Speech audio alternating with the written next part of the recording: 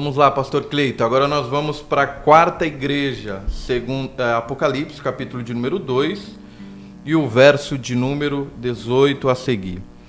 E ao anjo da igreja de Tiatira escreve: Isto diz o Filho de Deus, que tem seus olhos como chama de fogo e os pés semelhante ao latão reluzente. Eu conheço as tuas obras e o teu amor e o teu serviço e a tua fé e a tua paciência, e que as últimas obras são mais do que as primeiras. Mas algumas coisas tenho contra ti que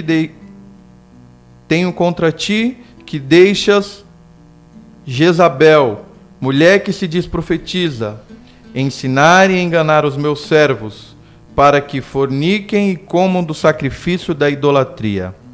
E dei-lhe tempo para que se arrependesse da sua fornicação, e não se arrependeu. Eis que porém numa cama, e sobre os que adulteram com ela virá grande tribulação, se não se arrependerem das suas obras. E ferirei de morte a seus filhos, e todas as igrejas saberão que eu sou aquele que sonda os rins e os corações. E darei a cada um de vós segundo as vossas obras. Mas eu vos digo a vós e aos restantes que estão em Tiatira, a todos quantos não têm essa doutrina e não conheceram, como dizem as profundezas de Satanás, que outra carga vos não porei. Mas o que tendes, retenho até que eu venha. E ao que vencer e guardar até o fim as minhas obras, eu lhe darei poder sobre as nações. E com vara de ferro as regerás, e serão quebrados como os vasos de oleiro, como também recebi de meu Pai. E dar-lhe-ei a estrela da manhã. Quem tem ouvidos, ouça o que o Espírito diz às igrejas. Amém, amém, glória a Deus. Apesar da tradução que o irmão Márcio está usando é um pouco diferente, me chamou a atenção quando ele estava lendo ali. A gente vai chegar no versículo que fala de rins, né? E na tradução mais usual nossa fala mente, né? Existia muito dessa questão de entender que a parte mais íntima, quando falava de vontade, essas questões, utilizava mesmo a palavra rins, talvez fosse até a melhor tradução, mas aí a gente acaba depois traduzindo por mente, coração, essas questões que para nós hoje ela fica muito mais clara. Então quando você faz uma tradução, se falar assim de rins, fica um pouco, para quem ouve, acaba soando um pouco estranho, né? Mas era muito comum, principalmente dentro do judaísmo, essa questão de qual que é o centro da vontade, do conhecimento, essas questões dos sentimentos e ter a palavra rins. Mas aí indo para a quarta igreja, avançando nessa questão de Tiatira, mais uma vez a questão do julgamento ela vai aparecer quando da apresentação de Jesus. Então, mais uma vez, e o anjo da igreja que está em Tiatira escreve: Isto diz o Filho de Deus, que tem os olhos como chama de fogo e os pés semelhante ao latão reluzente. Então tem duas questões aqui, de conhecimento, olhos como chama de fogo, e os pés como latão reluzente, de julgamento. Essa figura do latão ou do bronze, muitas vezes ela aparece como forma de julgamento ao longo da Bíblia. Então nós temos aí duas questões. O Deus que tem os olhos como chama de fogo e que conhece todas as coisas. Aqui a gente pode lembrar do Salmo 139. O que para alguns é consolo, para outros é motivo de assombro. Quando a gente fala do Salmo 139, Senhor, tu me sondas e me conhece, e que sem que me haja palavra na boca, Deus já sabe, e que não há como fugir da presença de Deus. Se você descer até as partes mais profundas, Deus vai te contemplar, nos céus é a sua morada. Então tem essa questão. Para aqueles que estão caminhando na presença de Deus, para aqueles que procuram ter uma vida de comunhão com Deus, essa certeza de que esses olhos que conhecem todas as coisas acaba sendo um motivo de conforto, de glorificação. Porque imaginem olhos que penetram e que conseguem compreender e conseguem ver o que há no íntimo, no coração de cada um de nós. Que o pensar está absolutamente descoberto aos olhos daquele com quem havemos de tratar ou de dar conta. Isso pode ser motivo de extrema aflição. Mas quando você tem uma vida de comunhão, não estou falando que não há erro. O que Jesus fala para Natanael: eis aí um verdadeiro israelita em que não há dolo, não há intenção de cometer um pecado, um crime, trazendo para a linguagem jurídica a culpa e o dolo. Então, não há dolo. Quando nós olhamos e Jesus se apresenta como aquele que tem olhos como chama de fogo, quem recebe essa mensagem, o impacto pode ser diferente. E ainda, na sequência, além dos olhos como chama de fogo, tem os pés semelhante ao latão reluzente. Então fala de conhecimento e fala de julgamento. E eu conheço as tuas obras e a tua caridade. Aqui a tradução que você leu, ela acaba sendo mais fiel. Mais uma vez a gente volta na questão da caridade. Aqui a palavra literalmente é ágapo. Literalmente é o amor que a gente lê em Coríntios 13. Então tem a questão do filos, tem a questão de filia, tem a questão do amor ágape, tem essas questões todas. E aqui, quando a carta é endereçada, eu conheço as tuas obras e o teu amor, esse amor qualitativo, esse amor que aparece como sendo um amor genuíno de Deus, que aparece em Corinto, que aparece em outros textos, é a tradução melhor. Mais uma vez a questão da paciência, e aqui após essa apresentação já vem uma palavra de advertência. Então, mais uma vez essa questão do ensino fora da palavra. Então, existiam os que seguiam a doutrina, o ensinamento de Balaão, existiam os que seguiam os nicolaítas, e agora há os que seguem a doutrina de Jezabel. A discussão, Jezabel é literalmente ali, falam de ser a esposa de alguém ali, da cidade, só que aí a gente volta para a questão do literal e assim, assim como o ensino de Balaão, assim como a questão dos nicolaítas, a linha mais aceita é que Jezabel aqui é uma tipologia, é um tipo de uma mulher que levou Acabe à prostituição, à idolatria, que levou o povo de Deus, como diz Elias, a cochear entre dois pensamentos, com um ensino absolutamente contrário. Então é necessário que um Elias se levante e que, mais para frente a gente vai ver aqui na carta, que haja ali a necessidade de que alguém seja, obviamente, o guardião da palavra, seja aquele que se posiciona e fala assim, não é assim, até quando vocês vão coxar entre dois pensamentos. Se Baal é Deus, sigam a Baal, agora se o Senhor é Deus, nós vamos seguir a Deus. Então, agora, vejam que mudam a forma, ou mudam os personagens, mas o conteúdo é o mesmo. Então, você fala de Balaão, você fala de idolatria e prostituição. Você fala de Jezabel, você fala de idolatria e de prostituição. Mudam os agentes que estão disseminando as heresias, mas o conteúdo é o mesmo. Levar a idolatria e levar a prostituição. São duas coisas sérias que rompem a comunhão. O profeta Isaías diz que os ouvidos de Deus não estão agravados para que não possam ouvir, as mãos encolhidas para que não possam salvar, mas existe algo que faz separação entre o povo e Deus. E esse algo é o pecado. O pecado, ele causa essa separação. O nosso Deus, o Deus verdadeiro, o Deus santo, o Deus da Bíblia, ele é, como eu disse, um Deus santo. Pedro fala sobre isso. Estávamos conversando aqui na hora que foi chamado os apoiadores do estudo da Epístola de Pedro. E Pedro faz questão de inspirado pelo Espírito de Deus, de falar que nós devemos ser santo como santo é o nosso Deus. O nosso Deus é santo. E a idolatria e a questão da prostituição, elas acabam levantando essa barreira, fazendo essa separação. Porque Deus é santo, Deus não compactua com o pecado.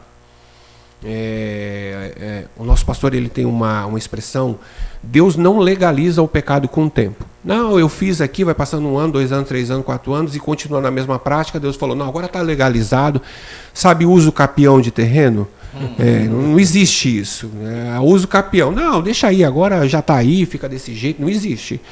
Então, dentro dessa questão, mudam os agentes, mas a forma é a mesma. É tolerar que uma mulher que se diz profetisa, ela não é nem chamada de profetisa, porque existiam sim profetisas, mas ela se diz profetisa, que ela ensine e engane os servos para que se prostituem e comam do sacrifício da idolatria. A mesma coisa da doutrina de Balaão. E Tiatira tinha uma característica muito própria, que lá tinham várias associações. Era uma cidade menor, mas tinham ali alguns ajuntamentos, algumas associações, e muitas vezes, aqui a gente vai lembrar do Salmo 1. O que ocorria? Para que você conseguisse de alguma forma ter algum tipo de benefício, de lucro, você precisa comer com essas pessoas, você precisa se associar de alguma forma com essas pessoas, senão você não consegue. Então tinha várias associações. E aí a gente lembra do Salmo 1. É o caminho, é se deter na roda dos escarnecedores, é tomar conselho com os ímpios, essas questões que podem, de forma muito sutil, se cristalizar na nossa vida e tornar algo assim. A gente precisa olhar para João 17. Nós estamos no mundo, mas não somos do mundo. É óbvio que a gente acaba conversando com todas as pessoas e evangelização. A gente está nesse mundo vivendo, comendo, bebendo, tudo. Só que é preciso observar qual é o limite. Até onde pode ir, até onde eu posso ir. Eu posso me associar? Não posso me associar. Porque luz e trevas não vai ter a compactuação. E nesse se associar fala muito claramente disso, de você o tolerar esse tipo de ensino, esse tipo de questão, e para que tenha algum tipo de lucro, não, eu preciso frequentar aqui, eu preciso estar aqui para que tenha algum tipo de lucro. E aí Jesus fala, não é assim. Vocês não podem tolerar, sentar ali e compactuar da mesma coisa, não pode. E aí, lembrando do Salmo 1, o interessante é essa exortação, ela vem muito antes, né? Para que a gente tome cuidado, caminho, onde a gente senta, essas questões todas. Só que no versículo 21, disse-lhe e dei-lhe tempo para que se arrependesse da sua prostituição e não se arrependeu. Então houve assim, não é algo que o juízo vem, que aqui os pés semelhantes ao latão reluzente. Não é algo tão repentinamente. Há um tempo.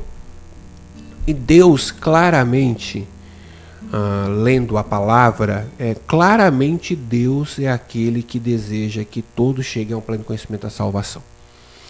Quando a gente fala em dispensações, não é o estudo aqui, não é o propósito. Mas quando a gente fala em dispensações de milênio, fala em dispensação de graça, né, que é a presente dispensação, inocência, consciência, governo humano, patriarcal, lei chegando na graça, há um fechamento. As dispensações elas estão fechadas dentro de um tempo. E a graça está aqui. E vai fechar. Dentro da dispensação da graça, Deus está dando tempo de arrependimento. E as pessoas acabam confundindo muito. Falam assim, não, a lei dura. A lei é dura mesmo. A lei foi dura coisa, né? Tanto é que as pessoas não conseguem cumprir a lei. Mas quando você olha para a graça de Deus e quando as pessoas rejeitam a graça, quando Jesus fala assim para os discípulos, vocês vão lá e anunciam a palavra. É óbvio que ali a dispensação da graça propriamente não está estabelecida, a graça de Deus se é manifestada trazendo salvação a todos os homens, está escrito em Tito, mas ainda não havia a morte e a ressurreição de Cristo. Mas eles estão anunciando esse Cristo. E eles estão anunciando esse Cristo. E aí Jesus fala o seguinte, se vocês entrarem num lugar e alguém rejeitar a palavra, sacudam o pó. Não levem nada, que era costume nessa questão de sacode, não vou levar nada dessa cidade. Sim. Só que ele fala assim, e eu acho esse texto extremamente duro, mas é verdadeiro. E fala assim, naquele dia haverá menos rigor para as cidades de Sodoma e Gomorra do que para esses que rejeitam a palavra. Então a gente está na graça, amém, glória a Deus, a graça de Deus se manifestar trazendo salvação. Mas a rejeição dessa graça, Jesus fala assim, haverá menos rigor para quem, para Sodoma e Gomorra, e quem essas cidades são conhecidas por causa da sua vida promíscua e rejeição e das costas para Deus, mas há menos rigor para eles do que para aqueles que rejeitam a palavra. Olha a questão do contexto da graça. Sim. E aqui, para a igreja de Tiatira, Deus falou assim, eu dei um tempo para se arrepender. Mas eles não se arrependeram. Por que não se arrependeram? Porque há pessoas que são de dura cerviz. Elas não se curvam, elas não se prostam, elas acreditam que não precisam se curvar diante de Deus e reconhecer o seu erro e o seu pecado. Só que, tomara que fosse agora, algumas, obviamente nem todos vão, mas todos vão precisar se prostrar diante dele, porque está escrito. Paulo Sim. falou, escreveu, inspirado pelo Espírito Santo, que todo joelho se dobrará e toda língua confessará que Jesus Cristo é o Senhor, para a glória de Deus Pai. Aqui a oportunidade está aberta. Ele fala assim, eu dei tempo para que eles se arrependeram da sua prostituição, só que eles não se arrependeram. E eis que porém uma cama, e sobre os que adulteram com ela virá grande tribulação, se não se arrependerem das suas obras. E ferirei de morte seus filhos, e todas as igrejas saberão que eu sou aquele que sonda as mentes, mais uma vez, e os corações, e darei a cada um de vós segundo as vossas obras. Então Tiatira é a menor cidade, mas tem a carta mais extensa. E aqui, pôr sobre uma cama, é isso mesmo, é pôr sobre um leito de enfermidade, é assim... o pecado ele traz algumas consequências, muitas consequências. E por incrível que pareça, a questão física ela ainda é secundária, porque a principal é a morte espiritual. Não tem como comparar. Mas existem algumas questões que, por causa de uma ação deliberada pecaminosa, essa questão vem de ser colocado num leito, né? Então existem questões que são ligadas à desobediência. Não estou falando que toda doença, toda enfermidade, toda questão de leito, não é isso. Obviamente que não é isso. Tem muitas pessoas, muitos irmãos santos na fé que são acometidos de enfermidade. Nós podemos ficar por causa que lá no Éden houve uma queda e a morte entrou e essas questões todas. Mas algumas pessoas, por causa de serem de dura cerviz, de não se arrependerem, elas acabam caindo nesse leito mesmo, porque elas não quiseram se arrepender. E aí o texto avança, quase chegando no final, mas eu vos digo a vós e aos restantes que estão em Tiatira, a todos quanto não têm essa doutrina e não conheceram, como dizem, as profundezas de Satanás, que outra carga vos não porei. Então, mesmo em Tiatira, mesmo nessa igreja, isso é uma marca ao longo do tempo. Sempre existe um remanescente fiel. Sempre existe um remanescente fiel. Pega a história da igreja perseguida, pega a história do povo de Deus, sempre existe um remanescente fiel. Mesmo ali no período interbíblico, não há um profeta falando, mas quando você estuda a história desse período, existe alguém que está lá se mantendo fiel lá. Tem alguém lá, como eu disse lá, tem a revolta dos Macabeus, tem todas essas questões. Então tem lá alguém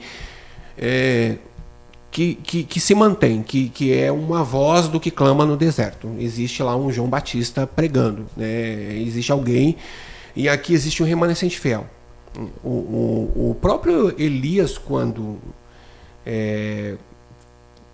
da sua época, de toda aquela dureza de coração, e a gente está falando de Jezabel, lá existiam 7.000 joelhos que não se dobraram. Elias até caiu no engano de achar que era só ele. Sim. Não, Senhor, eu tenho aqui, tô sofrendo. Não, Elias, não é só você, tem um remanescente fiel aí, tem 7.000 que não se dobraram.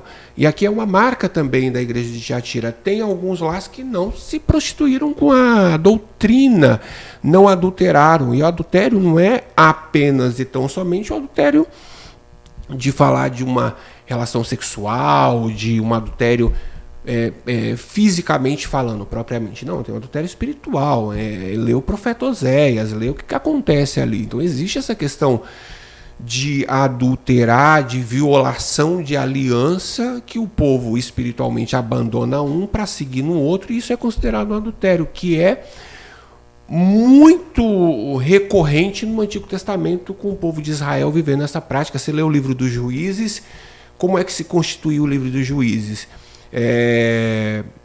Deus abençoa o povo se afasta de Deus, o povo se prostitui, clama a Deus, Deus levanta um juiz, há uma libertação, vem um período de bonança, o povo se prostitui. Esse é o livro dos Juízes.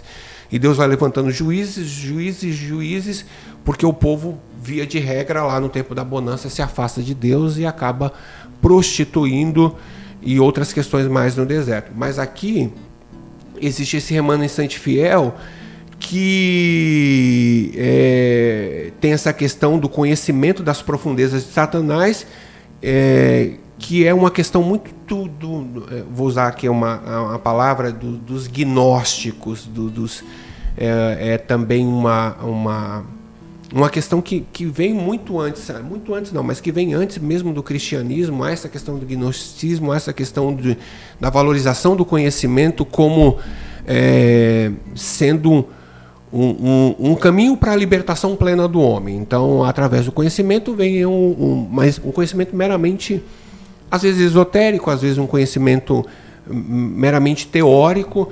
Então, quando fala desses cristãos, há duas interpretações: que eles não conheciam as profundezas e eles eram ridicularizados, ou que os gnósticos conheciam as profundezas e se vangloriavam em cima deles. Mas eles falam das profundezas, de Satanás.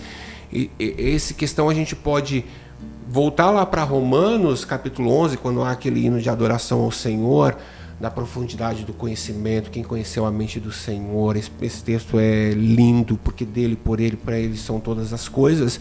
Então tem essa questão do conhecimento profundo, que esse ensinamento gnóstico acaba tentando se sobrepor à igreja de Tiatira e ridicularizando aqueles que não aderem a essa questão do esoterismo, essa questão mais mística, que também é uma tônica que a gente precisa tomar cuidado hoje em dia. Sim, né? Então, se a gente não tomar cuidado, tem cristão lendo horóscopo. Isso, não sai de casa sem ver que cor é que tem que usar, né? Exatamente. É amarelo. Aí pega o jornal A, fala assim, olha, a tua cor é vermelha, vai no outro jornal é azul, na outra é verde, daqui a pouquinho é um arco-íris andando na rua para tentar atrair. Sim. Então, voltando a uma fala minha, o homem, ele é crédulo, o homem precisa crer. Existem aqueles que negam, né, a necessidade de fé, que ridicularizam essas questões. Mas o homem, se você isola o homem em algum lugar, em determinado momento ele vai buscar alguma coisa, que ele vai falar assim, tem alguma coisa maior do que eu, não é possível. E os Salmos diz que os céus manifestam a glória de Deus, o firmamento anuncia a obra das suas mãos. A carta aos Romanos fala sobre isso, né? Os céus estão aí para falar que existe alguma coisa. Então tem essa questão, os homens precisam crer, e às vezes essa crença é direcionada para algo. Existem as crenças mais bizarras possíveis, existem crenças em absolutamente tudo. E a gente precisa tomar cuidado, e a igreja de Tiatira tinha lá os remanescentes que não seguiam essa doutrina, né? E a orientação é para eles reterem o que eles têm, e aí vem essa palavra também de fortalecimento. E ao que vencer e guardar até o fim as minhas obras, eu lhe darei poder sobre as nações. Aqui também é interessante que habitualmente poder, a palavra no original é dínamos, que dá origem a tantas outras palavras como dinamite, outras mais, né? Fala desse poder, algo mais miraculoso. Aqui não, aqui a palavra não é dínamos, aqui a palavra o sentido é de autoridade. Então, se vocês permanecerem fiéis, eu vou dar a vocês autoridade. Autoridade para quê? Autoridade de governo, autoridade de regência, autoridade para estar com Cristo quando do estabelecimento do reino milenial, que é um outro assunto, e outras questões mais. Quem vai estar lá? São os fiéis. Esses que se mantêm, que são arrebatados, que são transformados e têm agora a autoridade. Né? Há essa divisão, né, em alguns textos. Jesus é arguido assim: quem deu, com que poder ou autoridade você faz isso? Né? Então são coisas distintas. Você pode ter poder, mas não ter autoridade. No caso de Cristo, não. Nele habita a plenitude de todas as coisas, de todos os poderes, tudo é o que está lá escrito lá em Mateus. Mas aqui a promessa é de autoridade. Autoridade para governar com Cristo. E lhe dareis poder sobre as nações. E com vara de ferro as regerás, serão quebradas como vasos de oleiro. Como também recebi de meu Pai, e dar-lhe-ei a estrela da manhã.